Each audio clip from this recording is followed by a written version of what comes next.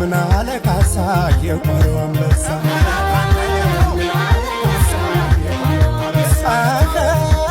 አለኝ ጉዳይ መቅደላ ላይ መቅደላ መቅደላ መቅደላ መስክሪ ታሪኩን ንገሪ ምን አለ ያ ጀግና ምን አለ ያ ጀግና ሲለይሽ በዝና